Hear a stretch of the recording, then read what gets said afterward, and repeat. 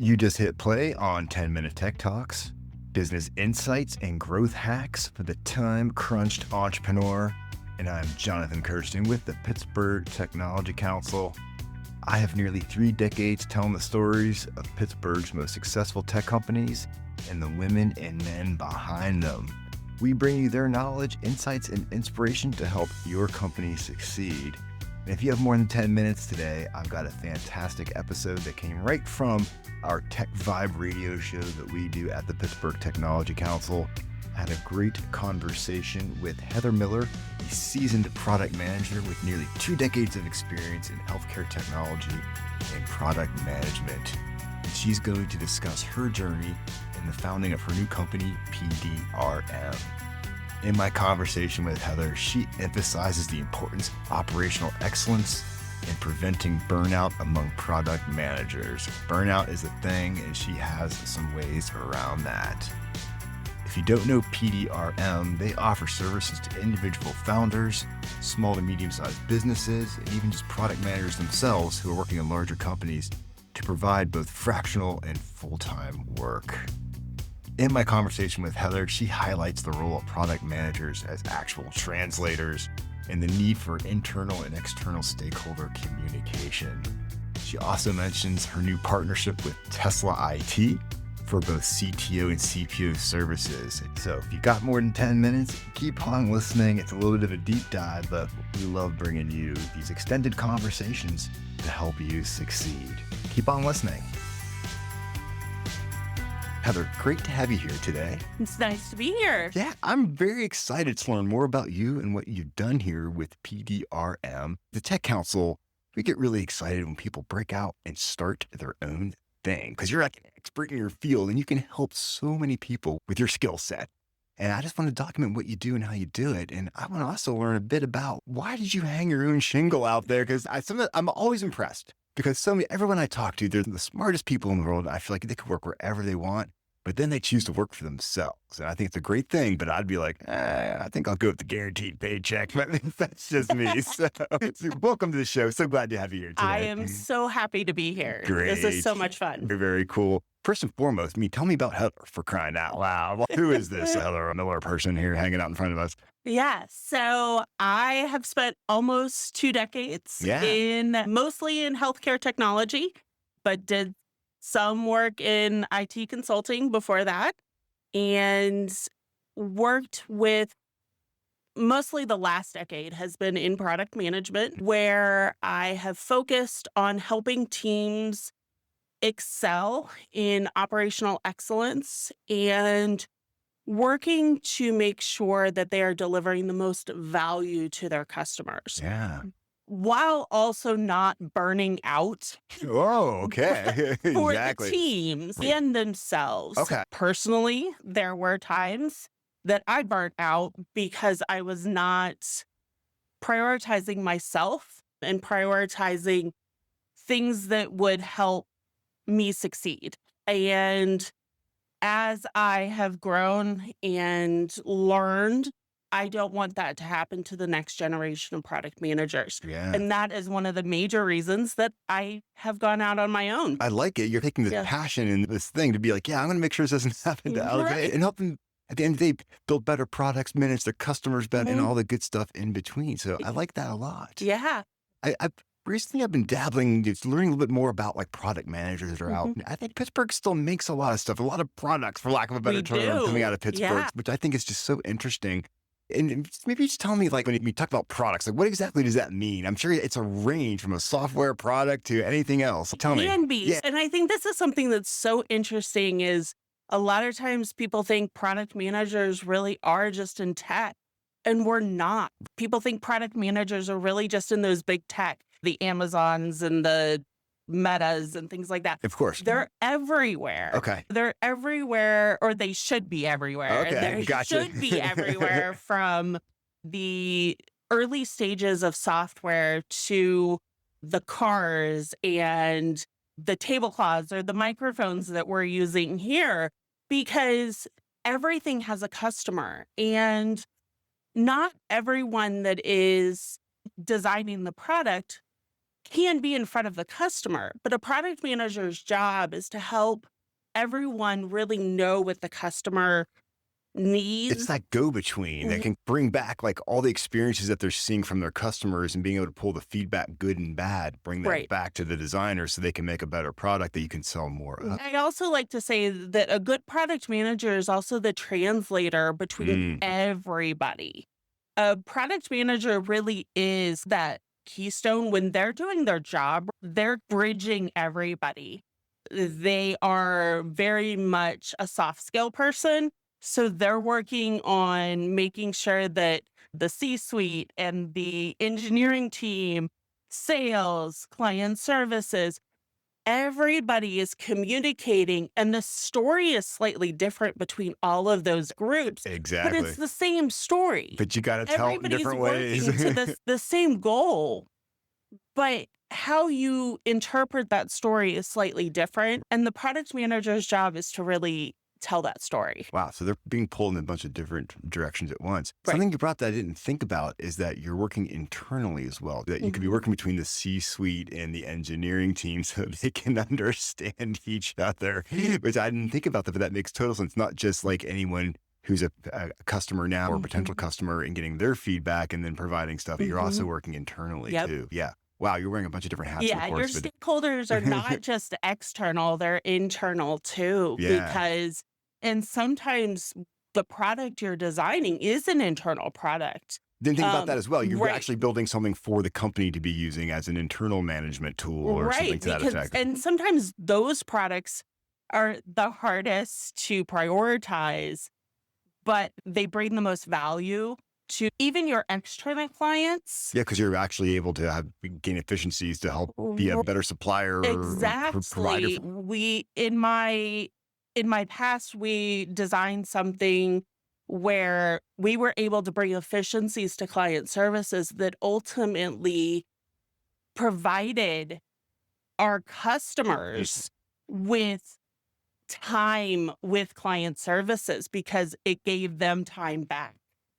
And so if you think about things like that, but it's hard to put that into words as a C-suite until product goes, okay, I can show you the return on investment by going XYZ. Gotcha. And so that's really the zone of genius for a product manager. I like that. The zone of genius. I guess you want to be in the zone. So you're helping these people get in the zone. Really what that boils down to. Okay. Exactly. So who do you help get into the zone? Is there a particular client size that you work with out there? PDRM really works with everything from individual founders to really small to medium-sized businesses. Okay. So individually, however, I do also work with product managers that may work in larger companies, though. Yeah, they bring you in as like the secret ingredient to get things moving. So I do have products that can serve product managers. I always say that product management can feel very lonely. Even if you are in a department or a large company. Yeah, because I feel like you're not on any one team. You're like that lone person toggling between the different teams. Even if you do have a great team, of course. I have been very lucky in my career to work on fantastic teams. I am still friends with engineers that I worked with almost 15 years ago. That's saying something there. Yeah, for sure. They have been referrals for me. I believe it. They are great counterparts to me. And that is something that I feel very extremely fortunate for, but it can be very lonely. I believe it. And even if you do have a great product team, having somebody who understands what it's like to be a product manager is very different, or product owner. Makes sense. In that product space. Yeah. And so we do have I do have programs for product professionals to help them gain experience at any stage of their career. That's interesting. So PDRM has two phases, both working with fractional work, so we can help companies in that small to medium size, as well as product managers at any phase of their career. So that creates so many more opportunities for you because, like you said, if you're going from fractional to a full-time thing, and anything in between, no matter where that product is along the way or what need, You can go in there, and I guess it really helps. I can bring someone from the outside in. I think a lot of times when you're a company and you're developing something, I mean, you can't see the trees to the forest or the forest to the trees. And so you need that outside set of eyes that understands the basics of what you're looking for, to not have their eyes clouded from being part of all the minutia. It is. Something. And it happens so easily. Founders are fantastic at coming up with great ideas, But they don't know how to actually take them to market. So let's talk about that, because I think that's so important, because one of the things at the Tech Council we get really excited about is being able to arm our small members with experts like you in order to help them succeed. And God bless anyone out there that's trying to, on their own or with a small team, have an idea for a product or whatever it is and bring that and take it to market. My goodness, like, you might be a technical expert in the nuts and bolts of the product, but getting someone to buy it or making it something that can be used properly, whole other ball of wax. And so you being able to work with somebody like that, they're not hiring you as a full-time employee because they can't do that, but they're bringing you on as a consultant. So you can come in there and spend a fraction of your time in order to help them. And it isn't even a long time. Okay. We can come in for as little as a day. Really? And draw you a VIP kind of roadmap almost. Yeah, at least get you started. Yeah. To at least give you some direction. Or as much as working with you on a part-time basis for up to a year or whatever it may be, to help you kind of look at what you need. We have packages all the way in between. Of course. But some people just really need to sit down with somebody and go, okay, this is what I have. This is what I need. What does it look like? Totally. It depends on how big the project is or how big the service or product is. So it's a wide range. It doesn't have to be, but when you have the almost 2 decades of experience, I can look at a product or service instantly go, okay, this is what you need to do. This is the market you need to look at. And sometimes is it something they need to go, we need to look at your pricing structure, or we need to look at who are your competitors. Let's make sure that we're looking at these things before you launch. How often are you coming in there and you're probably finding some pretty important things that literally can pull the bacon out of the fire, for lack it's of a better pretty term. often if you think about it. And sometimes it's even just a couple questions. And the way I like to approach it is I like to ask leading questions, because I feel like people learn from that. I'm very much I want to teach you how to do it, because most times the idea is that if they're bringing me on as more of a fractional, they don't want me there permanently. Either they have somebody that is more of a junior person that they want to take on the role. They just need to teach them. You can come in there, do that, and move them along at the same time. Or the founder just needs to get started, and then we can maybe hire somebody and kind of work with them, whatever it may be.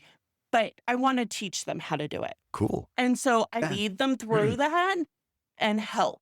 And so I like to ask questions to help you lead through it. Yeah, that sounds like the way you want to approach something like that. So I'm also assuming that you get to have a lot of fun, because it's never the same day twice. I'm sure you see some common themes through problems, but you're working with all different types of companies. So how much fun is it to do what you're doing? Because you are getting this variety. I love it. Okay. And actually, I will do this even with the groups that I work with or that I'm a part of to help myself grow. Okay. I look at their businesses and I'm like, I start asking them questions. I like that. Yeah. And I will say that they probably do the same with their eyes of expertise on my business, which is great.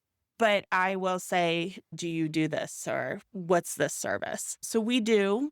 I will do that to theirs. On every call, I'll ask questions, and I think they know where those leading questions are probably going by now. There are some people I've worked with for about a year at this point, so I think they know where I'm going. They never go on that. Excellent. Now, is there a cyber side of things that you're doing? There is. Tell me about this. I need to be educated on how this works, because I feel like there's just a cyber side to everything at this point, obviously. But tell me more about this, because I want to learn. I'm sure our listeners do as well. Yeah. So I think everybody is aware that cybersecurity is probably one of the hottest topics out there right now. Rumor has it. Yes, exactly. Is probably a good thing Very good at this thing. point. Yes. But PDRM does have a cybersecurity side as well. So my co-founder, who actually also happens to be my husband. We got to talk about that. That's a whole other podcast. All right. Okay. Starting a business with your spouse. All right. Has been in IT for 25 years, but specializes in cybersecurity these. And we believe that both cybersecurity and product management both help reduce the risk to mostly whenever you're thinking of that small to medium-sized business, especially. Okay. And so he has a portion of the business that will look at cybersecurity. So doing risk analyses for small to medium-sized businesses to help them identify where they may have gaps in Total their sense. business. I mean, it seems like that's an appropriate time to come in and pull that in. And how lucky for you. It is. You got someone you know. I also have a built-in IT into my business, which is fantastic for me. You have a very secure website, I'm sure. Yes. I do, which is great. And then would you like me to also bring up Tesla into this? Well, I'm glad you brought that up because I remember you sent us a press release about this and I was pretty excited. Like you got a cool partnership going. We do. We have a fantastic partnership that we just launched earlier this month with Tesla IT. So I now have a partner his name is Rob. And we are doing a partnership. He is a fractional CTO. And so we will be doing a partnership where we will be able to provide partnership options for CTO and CPO because a lot of times businesses need both when they are struggling with software projects or internal projects like that. They need both. So we do have the ability to do full service software design. So we do have developers that we can bring in so we can even design your full project. Man, you're expanding your services here. I love that. We can do everything from an analysis of your business case to a product playbook to actually designing your full product and developing full product depending on what you need. And we do have a UI UX person available to us as well. So all of that is available. Bases are covered here. Yeah. That's so exciting. I love this. Like you started this thing out and your husband helped you on the cyber side, but now you bring in the CTO side and then you have some UX stuff and just the idea that you could actually do a full product development for somebody. Like that's pretty intense. Yeah.